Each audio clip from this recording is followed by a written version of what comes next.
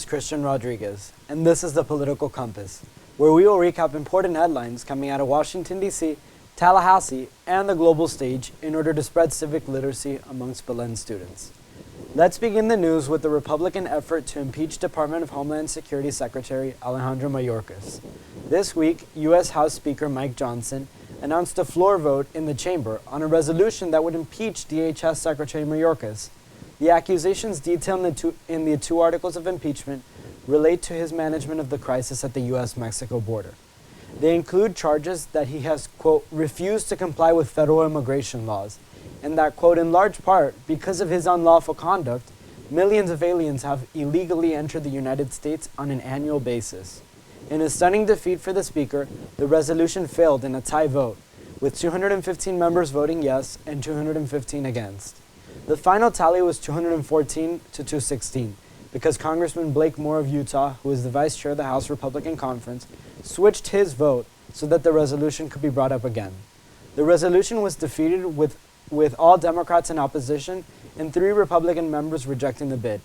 Republican Congressman Mike Gallagher of Wisconsin explained his no vote in an editorial on the Wall Street Journal by saying, quote, Mayorkas' performance has been a disgrace, but I disagree with my Republican colleagues who voted on Tuesday to impeach Mr. Mayorkas.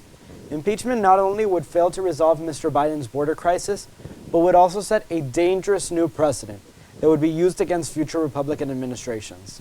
Speaker Johnson has vowed to promptly bring the issue up again when House Republicans have full attendance. Only one U.S. Cabinet Secretary has ever been impeached. That was Secretary of War William Belknap, who was impeached in 1876. Another issue of contention that has been in the news this week is the Senate negotiated compromise on border security and foreign aid. In December of 2023, Senate Democrats attempted to pass a foreign aid supplement, which would give aid to Ukraine, Israel, Taiwan, and humanitarian aid for Gaza. But the effort was blocked by Republicans in the chamber who demanded that the bill must be packaged with efforts to solve the problem at the U.S. southern border with Mexico in order to focus on border security. After 3 months of negotiation between Republican Senator James Lankford of Oklahoma, Independent Senator Kristen Sinema of Arizona, and Democrat Senator Chris Murphy of Connecticut, the lawmakers announced a bipartisan compromise. The measure contains $20 billion to pay for improvements for border security, including hiring new asylum officers and border security agents, and increased screenings for fentanyl and other illicit drugs. It also includes $60 billion for aid to Ukraine, $14 billion for security assistance to Israel, and $10 billion for humanitarian aid for civilians in Gaza, the West Bank, and Ukraine.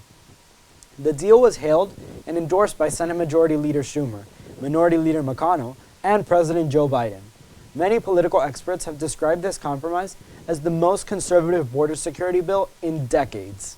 Despite this, former President Donald Trump urged Republicans to reject the deal, writing on the social media website Truth Social, quote, only a fool or a radical left Democrat would vote for this horrendous border bill.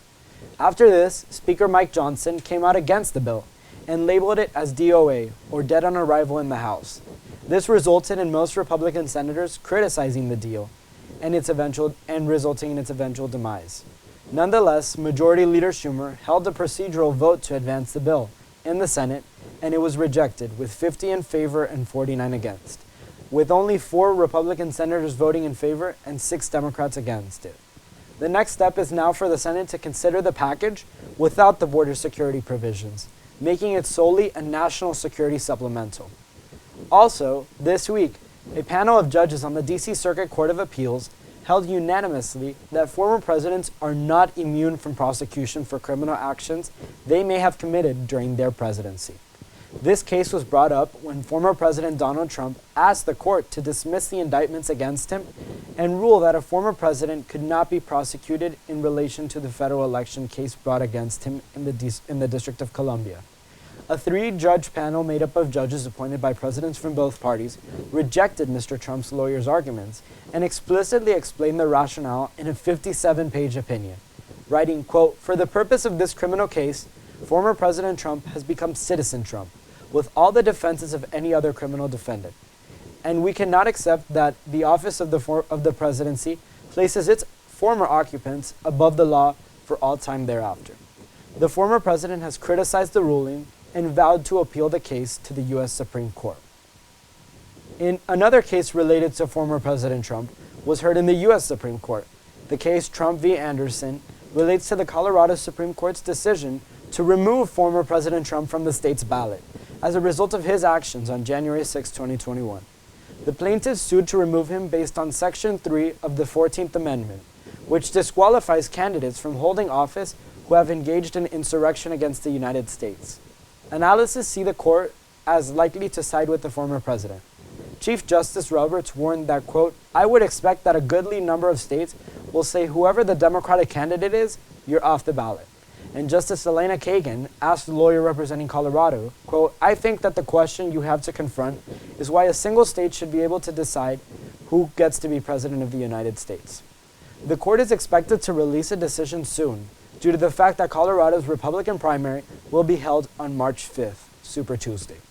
Also this week, author Marianne Williamson ended her long-shot bid for the Democratic nomination for President of the United States in 2024. This came just after President Biden won the Democratic primary in Nevada with 89.5% of the vote, and even more significantly, won the South Carolina primary with 96% of the vote.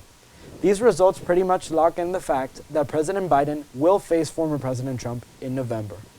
Another development this week in the 2024 Republican race was that Republican National Committee Chairwoman Ronna Romney McDaniel, who was appointed by Donald Trump in 2017, announced she would step down from her position after the party's Republican primary in South Carolina, which is set to be held later this month. Ms. McDaniel has faced months of pressure to resign due to growing dissatisfaction in the party over the strained finances of the RNC in advance of a grueling general election for president, and lackluster results for the Republicans in all around the country in 2022 and 2023. Former President Trump is widely expected to promote Michael Whatley to the job. Mr. Whatley is currently the chairman of the North Carolina Republican Party and is a big proponent of the former president's lie that the 2020 election was rigged and stolen, a claim that has been widely debunked and been rejected by dozens of judges throughout the country. And with that, that's it for this week's Political Compass segment. Until next time, when we run down headlines coming out of Washington, D.C., Tallahassee, and the world stage for you.